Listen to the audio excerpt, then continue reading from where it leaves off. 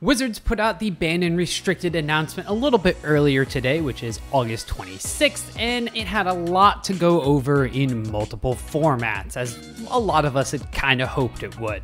Although I have a lot of feelings and opinions on the changes in Modern and Legacy and everything that the announcement touched upon, I really wanted to focus on Pioneer, as it's not only my favorite format, but the one that people were hoping saw a significant shakeup with this announcement. So I'm going to be going over not just the changes to the format with what was banned, but also highlight some of the biggest deck archetype winners and some of the biggest deck archetype losers from the two decks that are exiting the format. So let's go over what actually got hit in the format to start.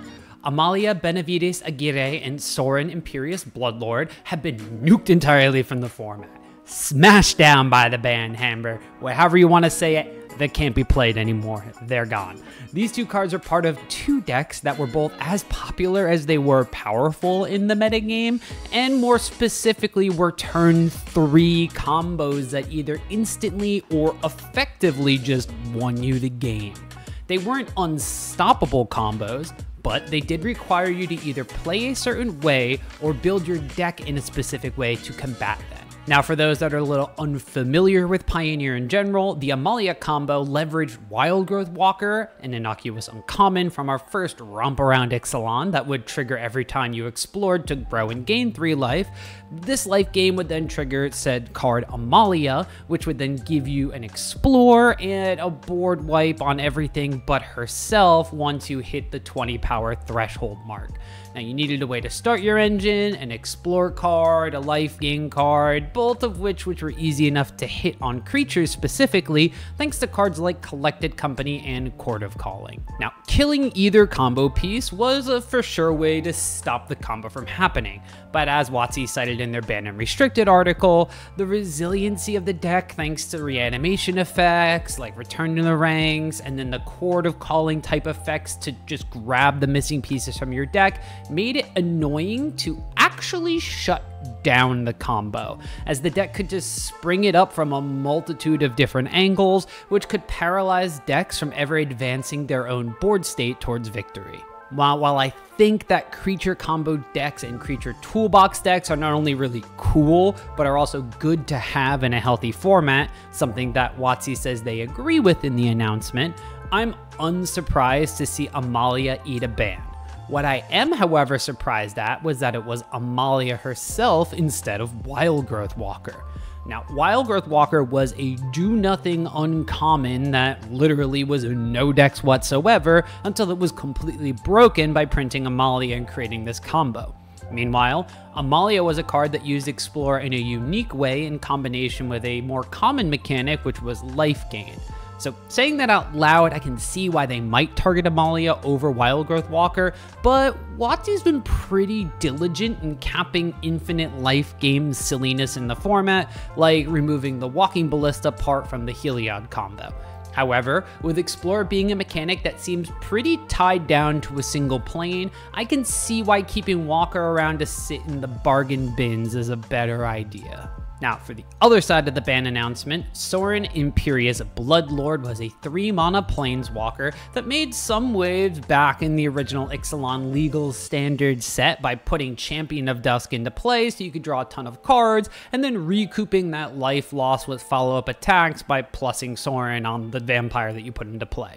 Now, it didn't do much besides a couple of blips on the radar whenever a new vampire was released in Pioneer, and then it would kind of quickly fall back into obscurity. What ended up making this card part of the problem was the release of Vein Ripper and Channel Fireball's Pro Tour Murders at Karlov Manor winning deck list. Taking the existing Rakdos mid-range shell and tweaking it just a little bit to have a few more vampires at the cost of some upfront power led to Sorin and Vein Ripper being a show and tell type combo deck that most of the decks weren't equipped to deal with, mostly because of Vein Ripper's ward cost, which was sacrifice a creature, meaning that spot removal was only effective in other creature decks, putting like control decks and such on board wipes or bust against the card. Its ability to drain 2 life whenever any creature died also meant that it was an 8 life swing minimum. gaining 4 and losing 4 just to target it and remove it from play. Now, either part of this combo could have been targeted by the ban. However, WotC did decide to hit Sorin, citing similar reasoning a lot of other players have called out on social media themselves. Sorin being allowed to stick around limits the power level of future printings of vampires, mainly because they will be cheated into play early instead of played closer to their mana curve as intended. Now, I'm one of the people that thinks this is true, but overblown a little bit as an excuse. We have cards like Lord Xander and Galter and Maverin that have gone by without Sorin breaking the format as it did with Vayne Ripper specifically.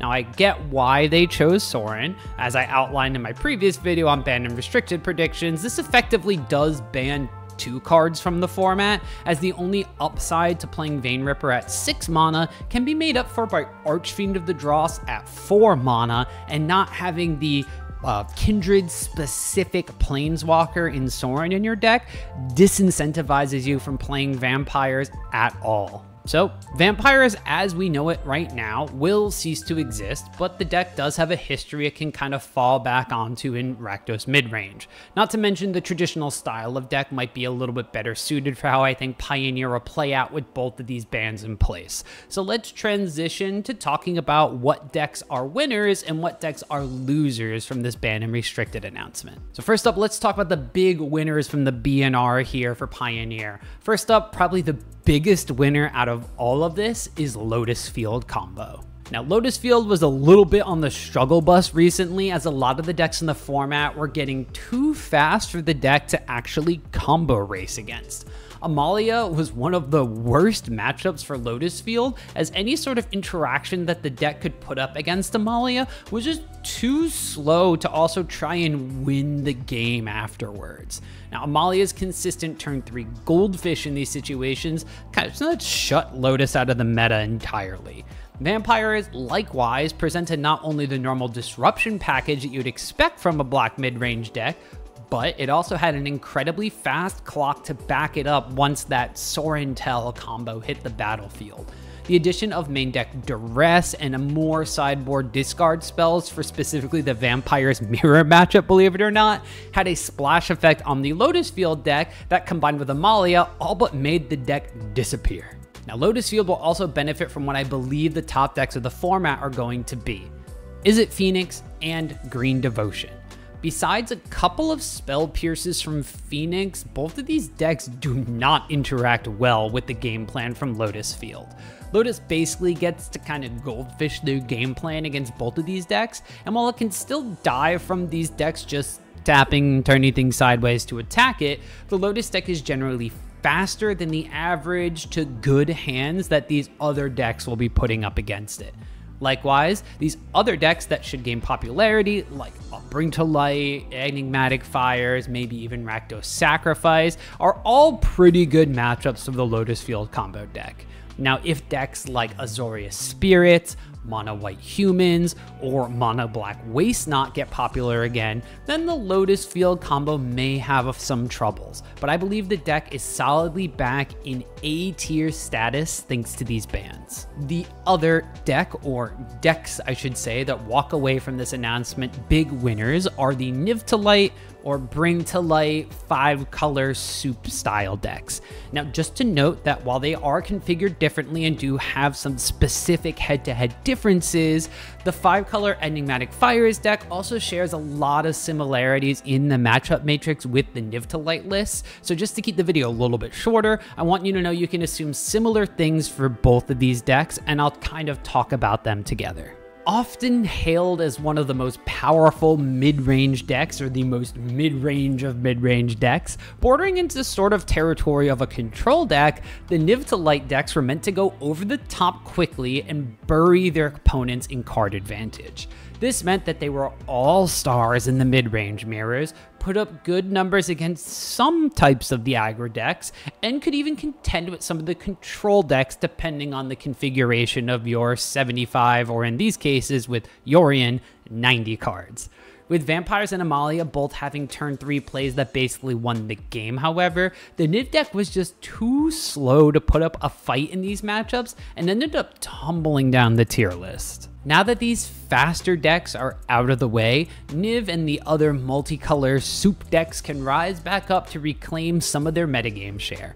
Mainly with vampires losing their combo plan, they have to fall back on a powerful yet purely mid-range strategy to win games. This lines up perfectly with the 5 color decks, as they can just outvalue or out-engine the mid-range plan and often go over the top with cards like Tybalt, just winning games themselves outright. Now, the other decks that were left untouched from this announcement, both the Is It Phoenix and the Green Devotion lists, aren't bad matchups for these 5 color decks either. While green can still go fast and win an above average amount of games against the deck, it isn't nearly as bad as the low win rates against Amalia that were in the high teens or low 20% win rate wise. The Phoenix deck can struggle at keeping its tempo up when you're refueling with potentially 10 cards off of a Niv, or gaining enough life every turn to offset an entire Phoenix swing thanks to Cornucopia. These decks have also adopted running multiple sweepers in their Bring to Light tutor package, ranging from Deafening Clarion and Temporary Lockdown for lower to the ground threats, to Sunfall and Deadly Cover-Up. They've also added Lightning Helix into the mix to give them more game against the aggro decks that may be unleashed by this ban and restricted announcement itself.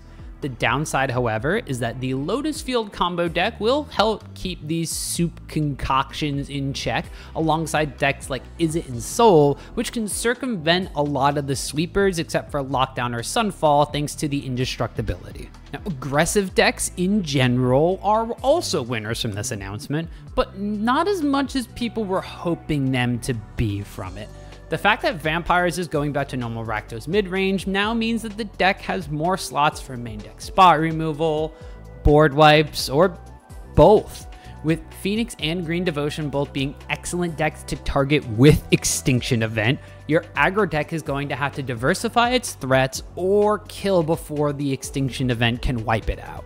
Now, Boros Convoke is the main deck that I want to look at when it comes to aggro archetypes, mostly because it came to popularity in the face of traditional Rakdos midrange and Is It Phoenix to begin with.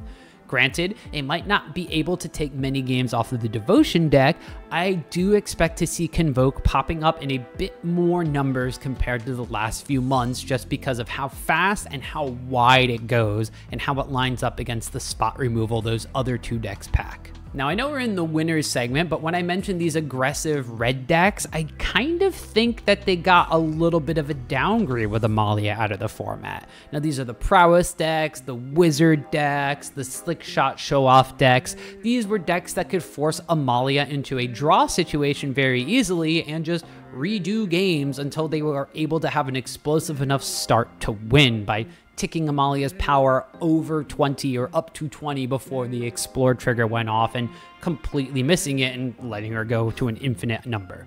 While this opens up the deck to some better main deck construction and especially sideboard options, I do think the deck is going to struggle a little bit more against the traditional Rakdos midrange deck and may struggle going up against the Green Devotion decks with giant bodies like Pelucranos or Cavalier in the way of its flying slick shots. Mono White Humans is another deck that gets lumped in with aggro decks when being discussed, so we should probably bring it up here where people are looking for it. I think the deck got a little jolt from this announcement, but it's more like being given cough syrup over like a defibrillator being shocking you awake. Now, Amalia was one of, if not the worst matchup the deck had, and the main reason that humans kind of disappeared from Pioneer's metagame entirely after floating around at like A-tier status when Karn was still in the metagame. However, even with Amalia gone, Rakdos playing more sweepers, Green Devotion playing more creatures, these are going to present the deck with challenges that weren't there when it was just taxing Karn the Great Creator or forcing Fatal Push to cost 3 mana off of things like Thalia and Coppercoat Vanguard combined.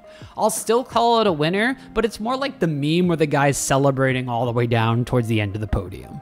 Lastly, I want to mention a deck I really enjoy playing, but I'm not sure if it got that huge of a boost with this B&R announcement. Rakdos Sacrifice was seemingly shut out of the metagame by Vein Ripper making the Cat Oven combo completely obsolete. However, the deck continued to put up a tiny amount of results from dedicated players as the deck shifted towards more main deck discard to disrupt that Sorin plan, and actually thrived when the rest of the deck is able to be claimed to famed and sacrificed away. However, it was really kind of just rolling the dice if you got turn 3 rippered in the next game, or if you struggled to find a grindy win. Now, Rakdos mid-range pivoting back to its old configuration is actually good for Rakdos Sacrifice. But Phoenix being the top dog of the format means a bad matchup might be the most played deck in the room. Likewise, the green Devotion deck can be rough for Sacrifice decks if they build up their Devotion through enchantments, battles, and planeswalkers, aka things you can't steal, ping down, or sacrifice to your oven. More aggro decks entering the format is good for Cat Oven combo, but the 5-color decks like Niv-to-Light and especially Enigmatic Fires are not good for this deck. Another interesting angle to add to this is the rise of the Ygra combo deck, which no doubt will eat into the share of the metagame that Rakdos Sacrifice would normally occupy after this B&R announcement. The deck uses very similar cards, but has the solid backup plan of just swinging with a giant Ygra and leaving food behind and leveraging that to keep it growing. The addition of Scavenger's talent also gives the deck an angle to combo off in the face of cards like Unlicensed Hearse or other targeted graveyard hate, giving it a little extra resiliency that the Rakdos deck doesn't necessarily have access to without piloting yourself into a multiple food type of situation. While it can't ping down a board of spirits or humans the same way Mayhem Devil can, both of these decks will probably be better off than they were a few weeks ago, although mostly settling down around high B tier, maybe not quite pushing into A tier. Now I want to take a little bit of time to talk about decks that come out on the losing side of this ban and restricted announcement, although it is a bit of a shorter list. These decks may wind up rebuilding their lists in a way that can make them net average or even positive in the long run. However, currently, I think they're going to be in major overhaul mode to recoup their metagame share. First off, this one kind of pains me. It's the deck that I absolutely love, but hasn't been in the greatest spot lately. Mono Black Waste Not. Now, Amalia combo was a bad matchup for the deck, and Vampires was a pretty good matchup for the deck. So you'd think things would kind of balance out in this metagame equation, right? Well, not so much. Even though Phoenix is a great head-to-head matchup for us, and the green Devotion is an average, maybe slightly in our favor depending on how the early turns play out, we're about to have our worst matchup skyrocket in metagame share. The 5-color decks, especially Niv-to-Light, are the worst matchup that you could ever imagine for the deck that is trying to keep cards in hand low and the opposing mana base completely out of whack. Humans, Spirits, and Ensoul Artifact are also more difficult matchups for the Waste Not deck as well, so if they go up in presence in addition to these 5-color soup decks, it's a lot more bad matchups for Waste Not. Now, on the positive side, Waste Not does have the Lotus Field combo deck as a stellar matchup that will be more popular, and there is some room to change around the configuration of our deck to fight some of these more aggressive decks. However, there's only so much you can really look to change before you start taking a look at the engine of the deck itself and see if it's worth keeping around at all. As far as competitive Magic goes, it might be time to transfer your Waste Not deck into a normal Rakdos mid-range deck, which I know, it sounds boring, but it could be just as easy as swapping Waste Not for Fable the Mirror Breaker and some Lilianas and Go Blanks for Blood Tithe Harvesters and either Smuggler's Copters or Caustic Broncos. You'll accomplish extremely similar things, only you'll have more consistency with the Rakdos deck. Now, the other deck that I think got a blow to its consistency is Azorius Control. Now, Amalia was one of the best matchups for the Azorius Control deck, and the original reason why Amalia was pushed so far down on the metagame presence charts at Pro Tour MKM to even begin with. The deck having sweepers, specifically exile removal, and the ability to run 4 copies of Temporary Lockdown main deck made it a house against a deck with no ability to run Cavernous Souls and entirely reliant on resolving spells to flip in their combo to win. However, with that deck out of the way and the Rakdos mid-range deck going back to its traditional plan of attack, Control will really have to shift its construction to combat the metagame.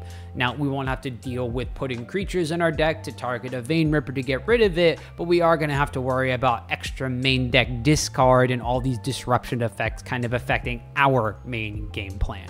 Similarly, the deck will struggle with the newer creature-heavy configuration of Green Devotion due to its speed and consistency in getting a combo kill on turn 4 or sooner. Sure, the deck can pivot to other board wipes like Settle the Wreckage to help here again and also against other aggro decks in the format, but the speed of the deck is the big issue to contend with. Phoenix has also shifted from being an even to quite Phoenix favored matchup now, meaning that Control has not so great matchups against the perceived top 3 decks in the format. We'll have to see what the right package of counter magic and spot removal will be in a new Pioneer world, and once Control finds it, I'm sure it'll settle down towards the top of the B tier decks, but it'll be really hard to try playing it until we find the right configuration. So how is everybody feeling about Pioneer after the bans? Are you excited to see what happens at the RC in October, or are you a little sad that we're kind of back to our pre-Karn ban era? Let me know down in the comments below what you're thinking of and what you're going to try playing now that things have been all sort of swapped up. Don't forget, you can tune in on Tuesdays at 6 p.m. Pacific Standard Time over on Card Art's Twitch channel to watch me cast Paper Pioneer live, including our extra round end of the month event, which will be tomorrow, aka August 27th, for a fresh look at the post-ban format. Also, if you've liked this video, give it a thumbs up so that YouTube doesn't put me in their next ban and restricted announcement. I like to think I'm a pretty balanced person. You can also tap that subscribe button to stay up to date on all sorts of metagame analysis, deck techs, and just in general, Magic content from me. Happy brewing!